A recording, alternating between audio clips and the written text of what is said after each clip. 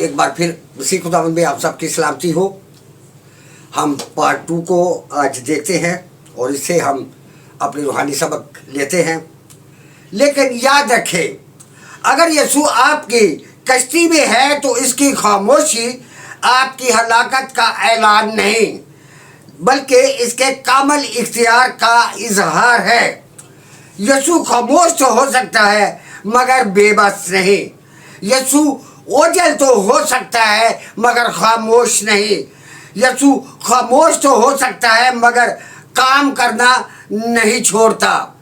फिर वो लम्हा आता है जब शागिर्द पुकारते हैं, ऐ खुदावन हमें बचा, हम हलाक हुए जाते हैं। यहाँ यीशु खड़े होते हैं, एक लफ्ज बोलते हैं और वही तूफान जो चंद लम्हे पहले मौत दिखाई देता था मुकम्मल खामोश हो गया।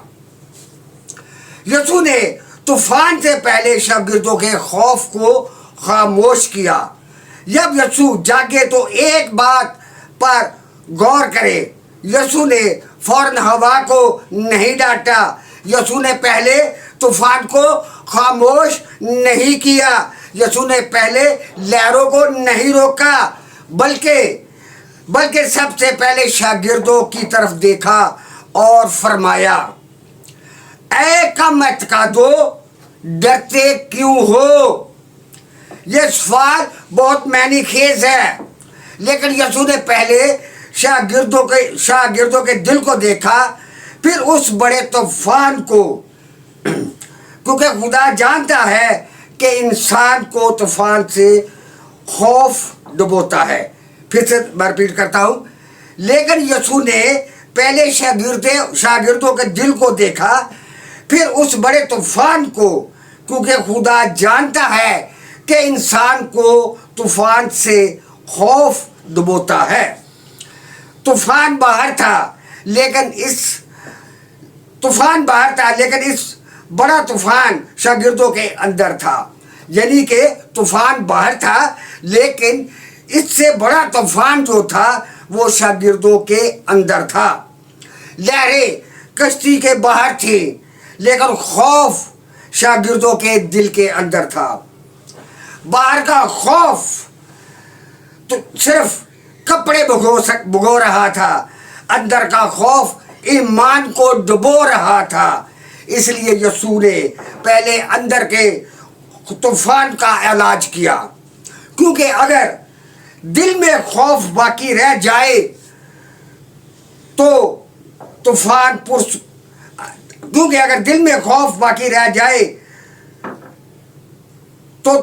पुरसकून होने के बाद भी इंसान के अंदर बेचैन और खौफजदा रहता है।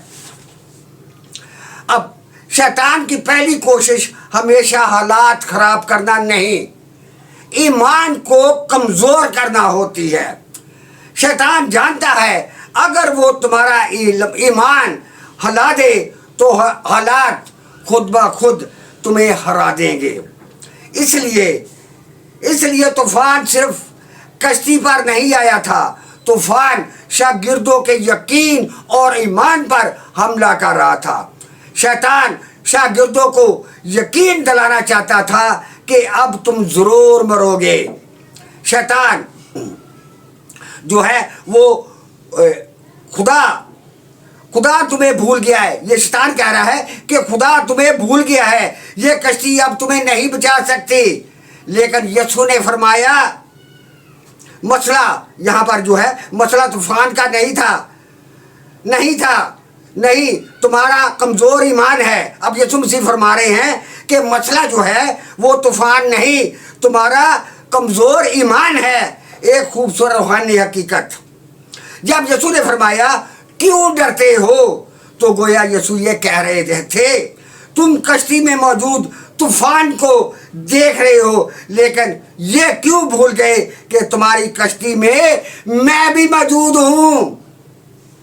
जब कश्ती में यीशु हो तो कश्ती डूब नहीं सकती, हचकोले खा नहीं सकती, पानी कश्ती के अंदर आ नहीं सकता। लोग घबरा सकते हैं लेकिन खुदा की हजूरी हलाकत को फतह में बदल देती है। यीशु ने तूफान से जंग नहीं की, सिर्फ एक हुक्म दिया। मत्ती उसका 8वां बाब उसकी 26वीं आयत में लिखा है, यीशु ने उठकर तेज हवाओं और बड़े तूफान को डांटा और बड़ा अमन हो गया। इस आयत में एक अजीब शान है। यीशु ने तूफान से कश्ती नहीं खींची, सबने मिलकर कश्ती से पानी बाहर नहीं निकाला।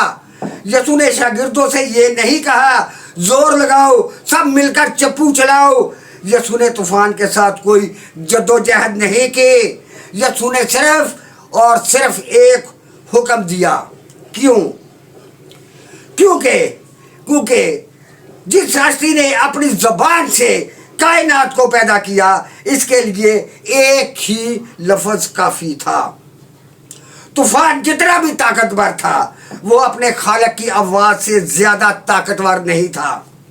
यही वजह थी कि यीशु ने तूफान को डांटा और तूफान ने अपने आका की आवाज़ को पहचान लिया।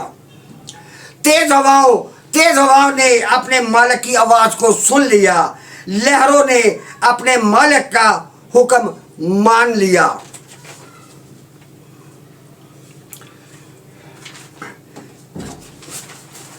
अब इसके आगे हम तीसरा पार्ट देखेंगे और मुझे उम्मीद है कि आप सब पार्ट देखेंगे और खुदा का जलाल में आगे बढ़ेंगे और आपकी रूहानी तरक्की होगी।